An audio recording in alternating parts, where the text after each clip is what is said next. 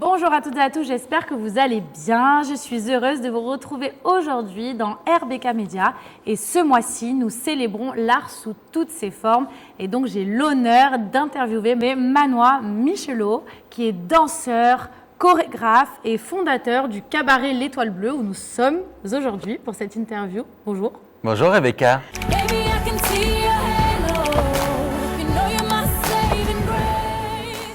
Merci de m'accueillir.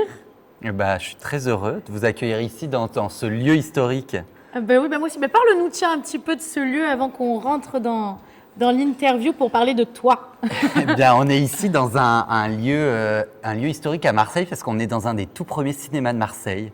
Ce lieu a été créé par le diocèse en 1912. Ça a d'abord été un lieu où on y a joué la pastorale. Dans les années 50, ça a été transformé en cinéma. Et ensuite, dans les années 90, le théâtre est complètement tombé à l'abandon. Et moi, je l'ai récupéré pendant le Covid. Et on a refait gros travaux. Et ça fait maintenant 4 ans qu'on est réouvert. Félicitations, c'est très beau. Je suis très heureuse d'être ici. D'ailleurs, j'ai vu un spectacle que tu as réalisé qui était magnifique. On va revenir dessus. Alors, comment a commencé ton histoire avec la danse et comment s'est construit ton parcours jusqu'ici ?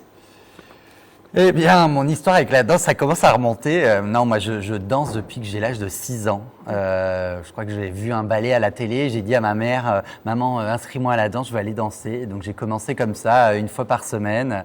Et j'ai eu envie d'en faire de plus en plus. Et à l'âge de 10-11 ans, j'ai dit à ma mère, j'ai vraiment envie de devenir danseur là. Et donc, ma mère s'est un peu renseignée, elle y connaissait pas grand-chose.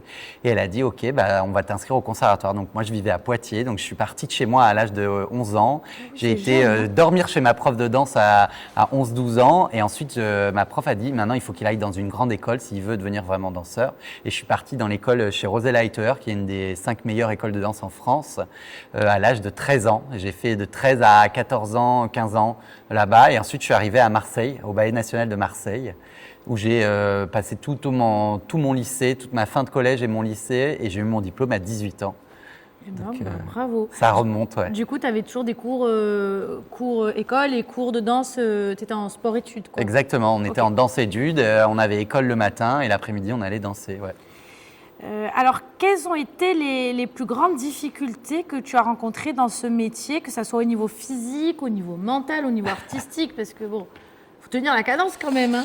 Ouais, les plus grandes difficultés, je crois que c'est surtout à l'école. En fait, on croit pas, on se dit oh là là, Manoa, il est sûr de lui, il monte des projets, il est entrepreneur et tout. Mais en fait, dans la vie de la danse, je suis quelqu'un qui a pas tellement confiance en soi.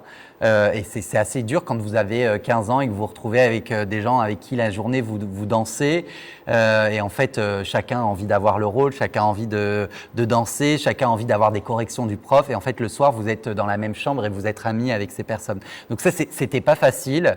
Et le regard des autres à l'école de danse était vraiment difficile. Donc il a fallu me faire violence. Qu'est-ce qui était difficile ? La rigueur de la danse, en fait. Vous dansez, déjà vous êtes loin de vos parents. Enfin, moi j'avais 15 ans, je voyais mes parents qu'aux vacances et pas toutes les vacances. D'accord. Donc vous voyez vos parents tous les 3 mois en fait. Donc déjà ça, quand vous avez 15 ans, c'est dur. Et ensuite, cette difficulté, en permanence, on a des notes, on a des examens et tout le monde, et on a envie d'être le meilleur, quoi. Et on nous pousse à vouloir être le meilleur tout le temps et à nous dire attention, là t'es pas au niveau, attention, tu te casses la gueule. Donc c'est l'école de la rigueur, mais à la fois c'est difficile des fois quand on a 15 ans. Bien sûr. Et puis physiquement, j'imagine qu'on te demande un poids spécial ou pas forcément. Moi, le physique, je crois que ça a été des problèmes pour certains des personnes avec qui j'ai pu être à l'école. Peut-être un peu plus les filles que les hommes d'ailleurs. On a cette chance-là. On nous emmerde moins à ce niveau-là. En tout cas, pour la danse classique, on a décrété que j'avais un corps de danseur classique qui était bien. Donc, c'était pas ça forcément le plus dur. C'était après, on a chacun eu des mois. Quand je suis arrivé à Cannes, ça a été un peu un traumatisme. Je suis parti partie de Cannes parce que ça s'est très mal passé. Alors, c'était quand dans ta période Quand j'avais 13 ans, 13-14 ans, et je suis venu à Marseille justement parce que j'ai rencontré quelqu'un à Cannes, il y a un professeur qui a cru en moi, qui m'a donné des cours particuliers, qui m'a dit viens à Marseille, je connais le directeur et ça va te correspondre. Mais en fait, j'ai fait des blocages avec des pas, genre la pirouette. Pour moi, ça reste un blocage. Et quand je parle pirouette, même maintenant, encore 15 ans après, il y a des trucs dans mon corps qui sont restés bloqués en fait. Parce que ça s'était mal passé Ouais, parce que j'ai un prof qui en avait rien à foutre de l'humain, de l'autre, et que lui, il pensait que faire bien, c'était en nous gueulant dessus ou en nous montant les uns contre les autres, alors qu'on a 15 ans et 14 ans et que, en tout cas, peut-être que ça marchait il y a 50 ans ou peut-être qu'avec certaines personnes, ça marche maintenant. Mais en tout cas, moi, c'était pas la méthode qu'il me fallait et ça m'a un peu, ça a été difficile.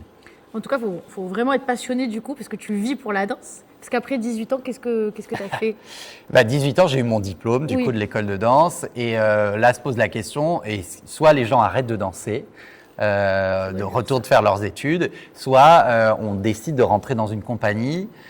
Et moi, j'avais pas du tout envie d'arrêter la danse, mais j'avais pas non plus envie de rentrer dans une compagnie. Rentrer dans une compagnie, ça peut être prestigieux parce que là, j'ai des amis qui sont dans les plus grandes compagnies du monde, mais ça veut dire que c'est la rigueur d'une compagnie où vous êtes, vous avez pas le choix, vous êtes dans un corps de ballet, tous les matins, faut arriver à 9h, vous faites la barre, vous n'avez pas le choix sur les rôles que vous allez danser, vous faites voilà, c'est comme ça, on n'a pas le choix, et si on veut avoir la chance de pouvoir faire des choses vraiment très intéressantes, faut être danseur étoile ou être soliste. Moi, j'avais pas le niveau d'être soliste. En tout cas, j'en sais rien. La vie a fait que j'ai pas fait ce choix-là, mais j'ai décidé d'être intermittent du spectacle pour découvrir et faire plein de choses. Et je suis monté à Paris. J'ai eu la chance de danser à l'Opéra de Paris pour faire des productions.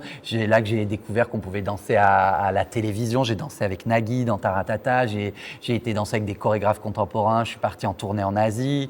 Et c'est là que j'ai découvert l'univers du cabaret quand j'avais 20 ans en fait. Et t'as quel âge maintenant 31. Ah oui, donc ça fait 11 ans du coup que vraiment tu développes en fait tout ça finalement. Ouais, même 18 ans parce que j'ai fait une première année quand même à Marseille. J'ai un peu dansé à l'Opéra de Marseille et je me suis vite rendu compte que malgré que ce soit une grande ville, il y a pas assez de travail ici pour les danseurs en freelance en tout cas. Oui. Donc c'est là que je suis parti monter à Paris à 19 ans. Incroyable. Bah, écoute, tu as un parcours vraiment, j'adore. En tant qu'homme danseur, as-tu dû faire face à des stéréotypes ou des freins particuliers en tant qu'homme dans la danse? En tant qu'homme, je pense que le plus difficile, ça a été à l'âge bête du collège. Où vraiment, quand on a 12, 13, 14, 15, 16 ans, quand on fait de la danse, c'est un truc de fille, quoi. Soit il faut faire du foot, soit pour être un garçon, il faut faire du foot ou je sais rien, mais en tout cas pas de la danse. Donc ça a été un peu difficile, surtout quand j'étais vraiment pas en horaire aménagé. Dès que je suis parti, dès 14 ans que je suis arrivé dans l'école de danse à Cannes, c'était plus un problème, quoi. Parce vous viviez après qu'entre danseurs, même quand j'étais à Marseille vert, mais on avait... Moi aussi j'étais à Marseille vert. Voilà. J'étais dans la classe des sports-études. Oui, je sais, des danseurs. On en a parlé déjà. J'étais du coup avec il y avait quoi ? Il y avait handball, tennis, kayak. Donc en fait, on n'est qu'avec des sportifs, donc c'était plus un problème. C'était surtout au début et maintenant un problème. Non, je pense que c'est une force en fait. Oui, c'est ça. Tu as transformé ça en force. Ouais. Alors, quelle est la réalité quotidienne d'un danseur professionnel? Combien d'heures de travail, de répétition, de rigueur cela représente? Combien d'heures tu danses par jour? Et c'est quoi, en gros, ton protocole d'une journée, tu vois, entraînement Comment ça se passe? Moi, maintenant, la partie... je peux plus dire que je sois que danseur maintenant. Ma vie de danseur, je dirais que c'est presque 20% de mon travail maintenant. D'une journée dans mon quotidien, la danse, ça représente 10, 15, 20% une grosse journée. Mais sinon, en fait, ma vie, elle se passe beaucoup en faisant des réunions, en faisant des interviews comme maintenant. Ça, c'est le côté cool et sympa et agréable. Mais en tout cas, la journée type d'un danseur, et après d'un danseur classique, je dirais, C'est prendre un cours. Tous les jours, un danseur, normalement, doit prendre un cours. Alors moi, je me bats un peu avec les danseurs du cabaret qui sont tous un peu freelance et qui dansent partout, mais pour leur dire, c'est important de continuer de prendre un cours pour pas se blesser. Ça fait partie c'est le pain quotidien, comme dirait Alessandra, que j'aime beaucoup, et qui dit, c'est important, quoi. Tous les jours, il faut ce rituel pour que le corps, le corps, dès qu'on danse plus 15 jours, le corps, il aime pas ça, quoi. Donc, il fait la gueule.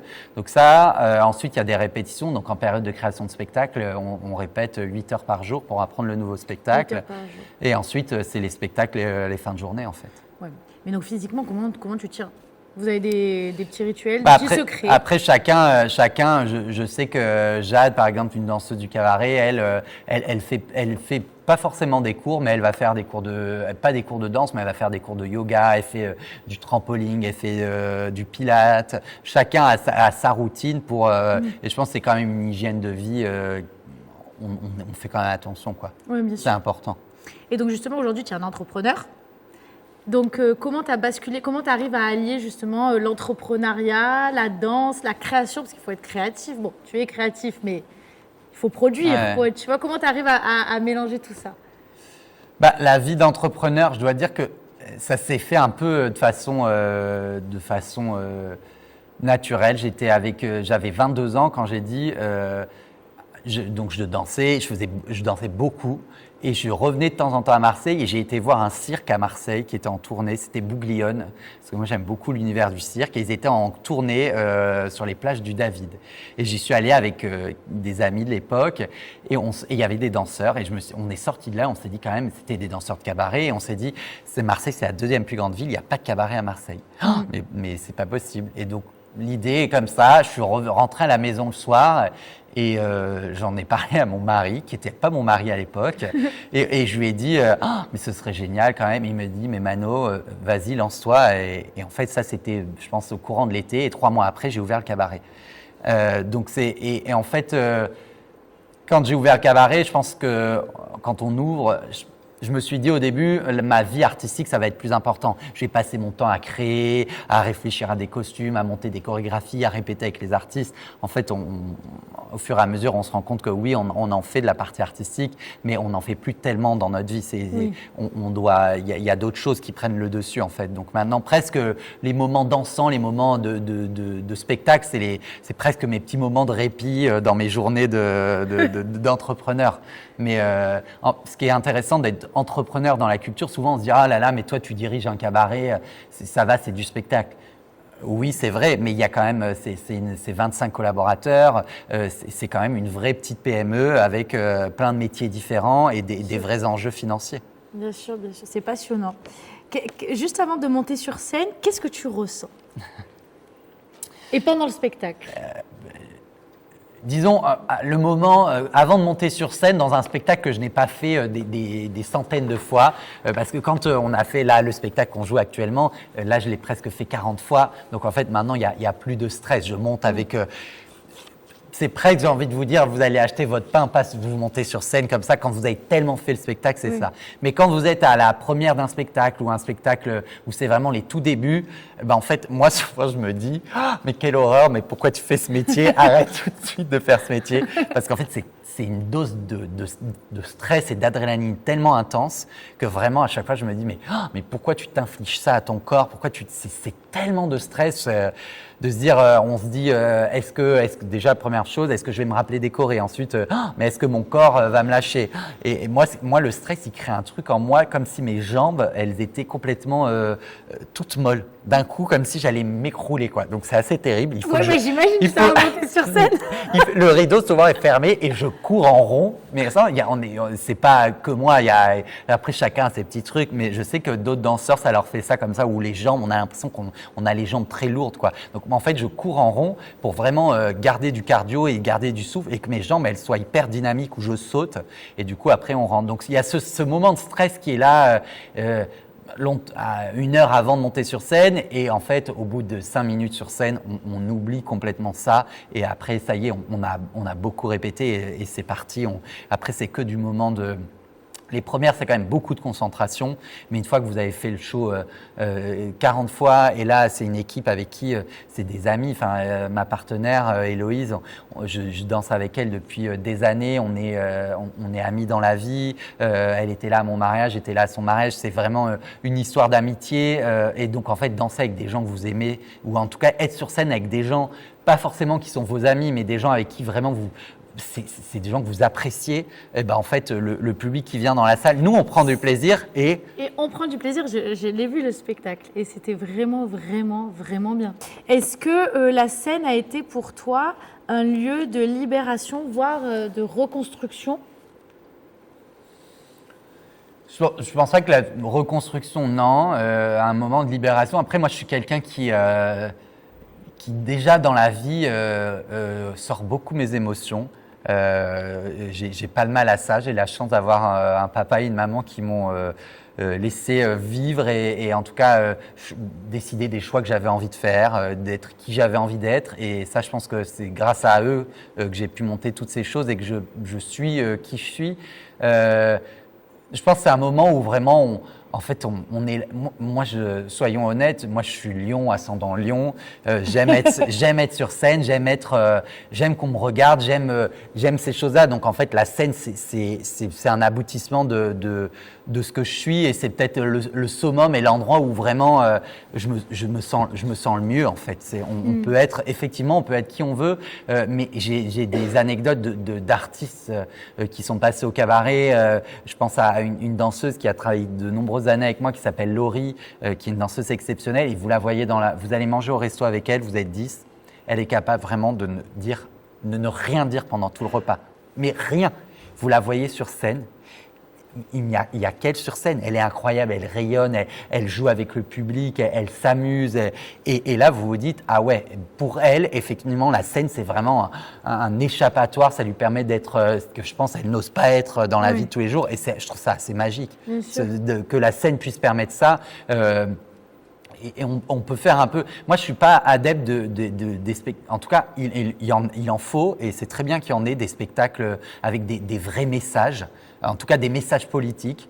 Moi, je pense que je fais un spectacle où il y a des messages qui sont passés, mais de façon subtile. C'est pas il faut faire ci, il faut faire ça. C'est juste un message de tolérance, un message de diversité. Bah ouais, si vous avez envie d'être une drag queen et de monter sur scène, vous pouvez le faire. Si vous avez envie, un moment dans le spectacle, bah ouais, je suis un mec et je me retrouve en string sur scène parce que j'ai trop de fois entendu le cabaret, c'est des femmes à poil. Bah non, en fait, c'est pas vrai. Le cabaret, c'est toute forme d'art et il peut y avoir des danseuses qui soient en string, mais il peut y avoir un danseur qui est en string. On peut avoir un mec qui joue un rôle de macho, un mec qui est une drag queen. En fait, on fait ce qu'on veut.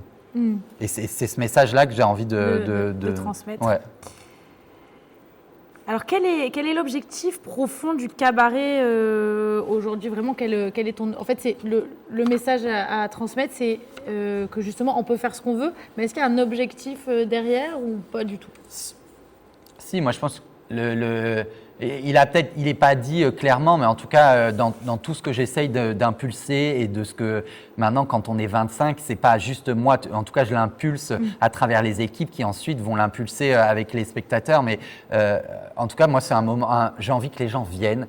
La vie, elle est quand même pas simple il y a plein de choses qui font que la vie est pas simple. Chacun son lot de drames. Voilà, exactement, son lot de drames personnel, la politique, la guerre, les machins. Et en fait, j'ai juste envie qu'on vienne ici, qu'on franchisse la porte du cabaret et que on oublie quoi. On soit là, juste nous, on est là, on dit bonjour, on regarde les gens quand on leur dit bonjour, on les accueille à leur table. On a des clients qui viennent. Moi, qu'est-ce que j'aime et je pense qu'est-ce que les Marseillais aiment quand quelqu'un vient. On connaît le prénom de la personne partout ailleurs, mais je pense qu'à Marseille, on est des gens d'habitude et on aime être reconnu, on aime retourner. Ah oui, c'est Madame Bongiovanni. Eh ben, Madame Bongiovanni, on sait, on vous reconnaît, on sait que vous aimez être assis ici, à cette place. Et donc, je pense que vraiment, on vient et les gens vont laisser tout ce qu'ils ont ils le laissent de côté, ils viennent et juste, ils en ont plein les yeux, ils vont pouvoir rêver, ils vont pouvoir discuter parce qu'on a des clients aussi qui viennent seuls et aussi ça peut être un moment où des fois on les met par exemple dans des banquettes, on a des banquettes et en fait si vous venez tout seul ou si des fois il y a deux couples, déjà au début les gens ils gueulent un peu, ah là là on avait envie d'être que nous, en fait ils gueulent et à la fin vous voyez ils sont là en train de se partager la bouteille de champagne et là vous vous dites c'est aussi ça le cabaret, un lieu de convivialité.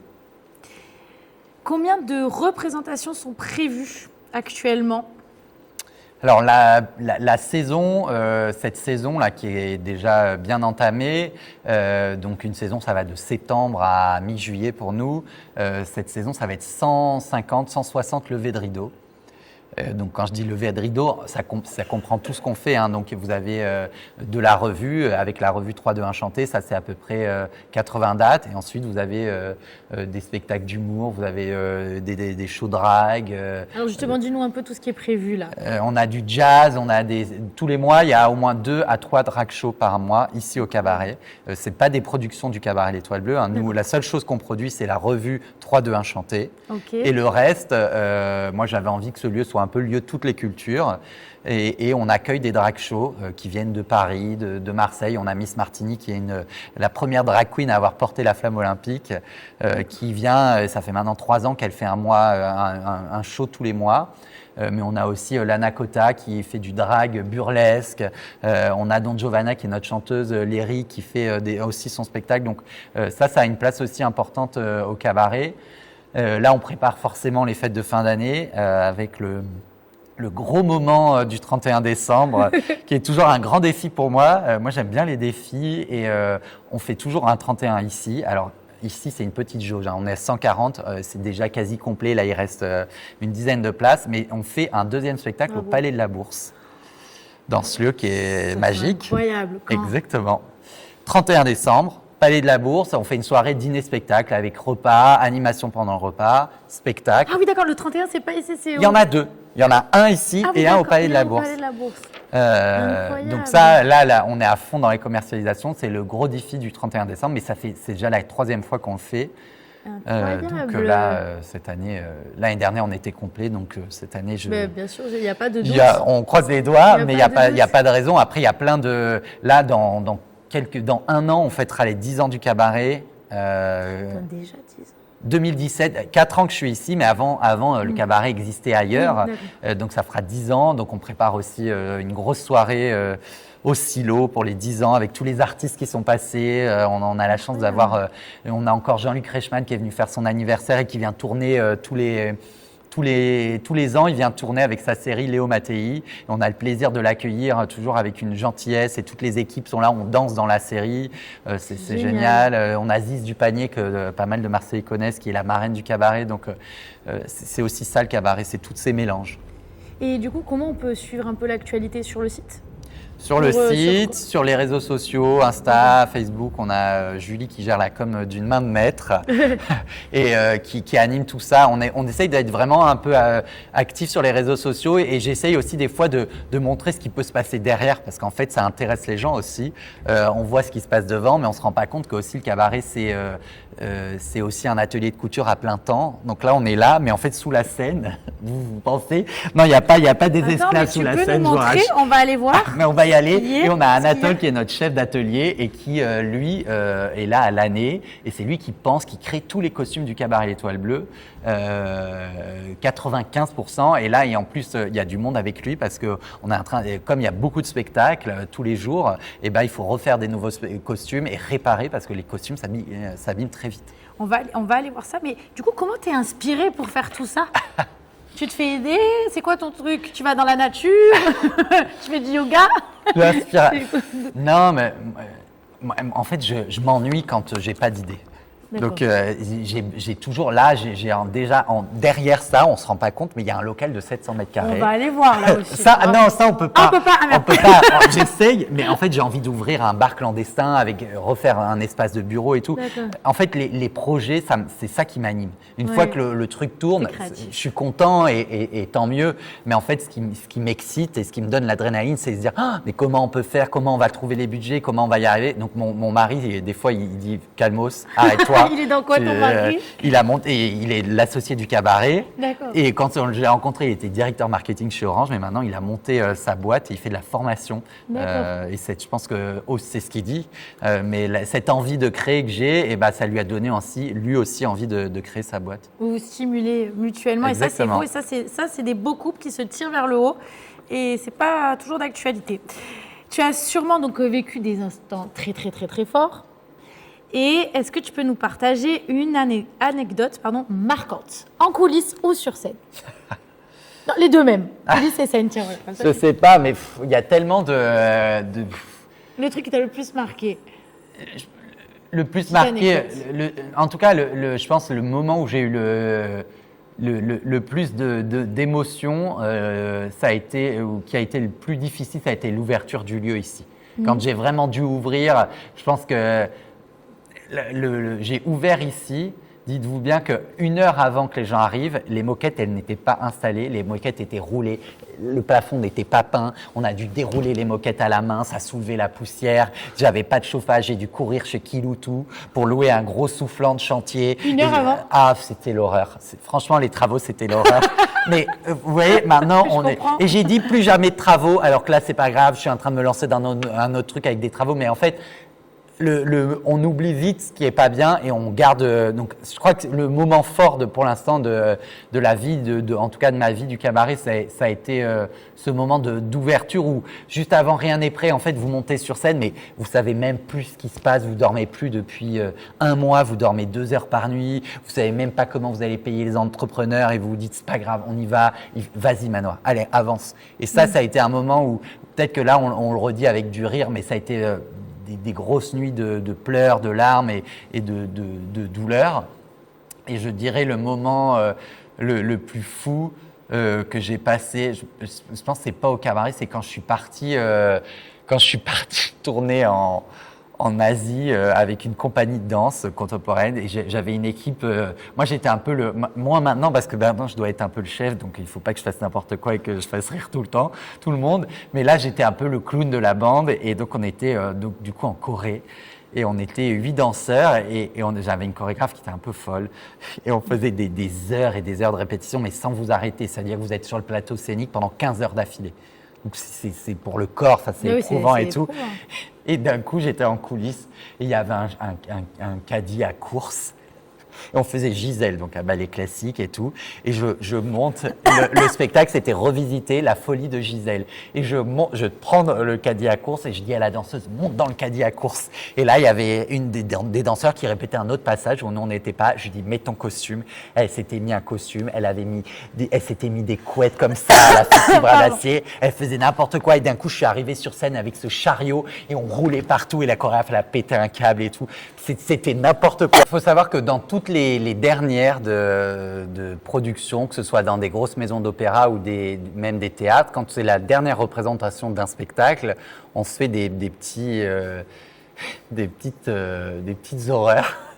Mais chacun, le but c'est de faire partir en fou rire les autres sur scène ou en tout cas de faire des blagues aux autres. Faut pas non plus que ce soit cata parce qu'il y a des gens qui ont payé dans la salle et tout. Mais donc, et il y a 2 ans, il y a ma capitaine qui m'a... Vraiment, là, j'ai pas pu m'arrêter de rire, j'ai dû sortir de scène et tout. On faisait, dans le spectacle, il y avait comme si on faisait un casting. Et la danseuse, elle est arrivée. Elle s'était vraiment, de revoir l'image, elle s'était mis elle avait pris, je sais pas, des grands poils de genre de Yeti ou de monstre. Elle s'était collé ça sous les aisselles, ça allait jusqu'au milieu. Elle s'en était mis partout entre l'entrejambe.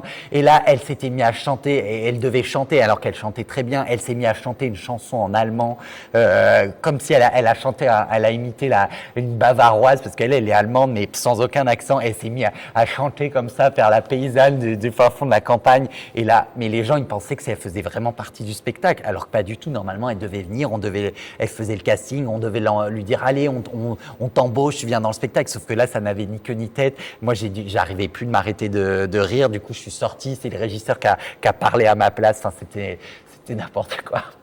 Donc souvent, on se fait des trucs, mais là, elle avait franchi le cap, le cap vraiment très haut. Écoute, en tout cas, vous avez bien rigolé. Oui, mais les fous rires sur scène, c'est très, des fois difficile à gérer, parce qu'en fait, quand Quand vous montez sur scène 80, 100 fois par an, en fait, ça fait partie de la vie, quoi. Oui, c'est sûr. comme ça. Mais donc, des fois, c'est comme tout le monde. Des fois, dans la vie, il y a une journée, on va être pas en forme, il y a une journée, on va être à fond. Et donc, des fois, moi, je parle beaucoup sur scène. C'est terrible. Les danseurs, ils en ont marre. Parce que je fais des petits commentaires. Je fais, t'es pas à ta place, bouge de là. Ou, ça va, aussi, si quelqu'un tombe, je vais dire, il y a du vent, non, aujourd'hui, tu te casses la gueule. Donc, ils en peuvent plus. Des fois, ils me disent, arrête, Manoa, les gens sont juste devant, ils entendent tout ce que tu dis. Moi, j'ai rien entendu. Tu vois, La dernière fois, tu t'en dirais, mais rien entendu. À tes yeux, comment l'art peut-il transformer une épreuve en force? Et on aura fini. Sauf si tu veux ajouter des choses.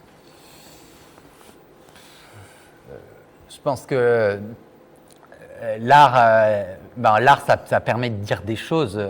Donc en fait, je pense que dans la vie, quand une épreuve arrive, mais n'importe quelle forme d'épreuve, je pense il faut pas rester tout seul dans son coin avec ce qui se passe.